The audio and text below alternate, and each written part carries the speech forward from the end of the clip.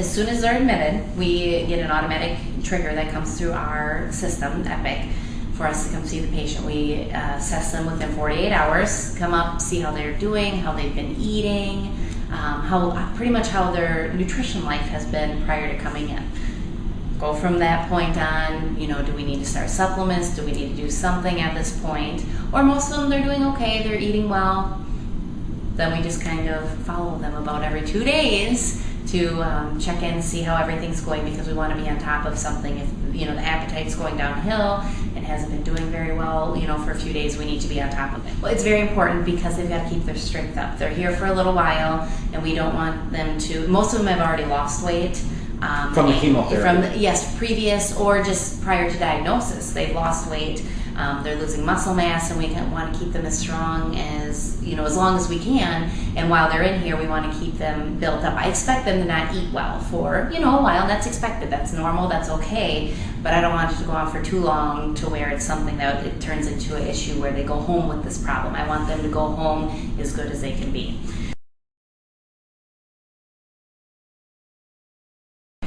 No fresh fruits, fresh vegetables, anything like that. They can have it if it's cooked, or canned, or they can have applesauce. They can have canned mandarin oranges, canned fruit, cooked vegetables. Orange juice or no? Yeah, they can have. It's got to be pasteurized. So anything, the neutropenic diet all entails, because it's higher counts of bacteria, the pesticides, all that. We don't know who's touched the fruit, all of that. And so these people that are coming through, even other chemotherapy patients, but especially the stem cell patients, their white blood cell count, which is what fights infection for them, plummets to nothing, and they can't fight an infection. So we don't want someone to develop a foodborne illness that they cannot fight off. And it's a very controversial, the neutropenic diet, if it is needed or not needed, but here we kind of just play it safe, that it's better, it's not going to hurt you to not have the fruits, fresh fruits and vegetables for a month or so. We would rather keep you safe than, have that one instance where,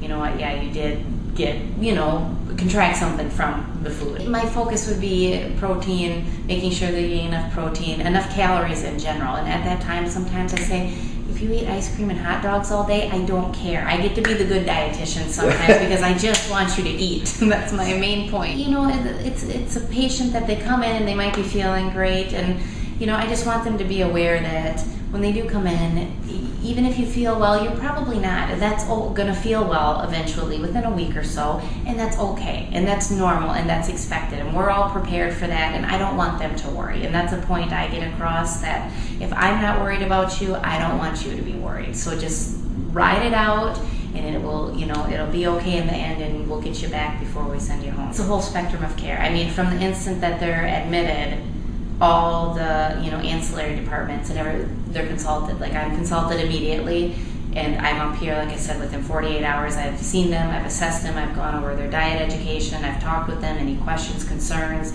I'm very involved with the nurses, with the doctors, the NPs, the PAs, everybody. We're all, in this together and working to get this patient okay. And if something isn't going right, then we get a hold of each other. We communicate very well. That's one thing I like about working on this floor.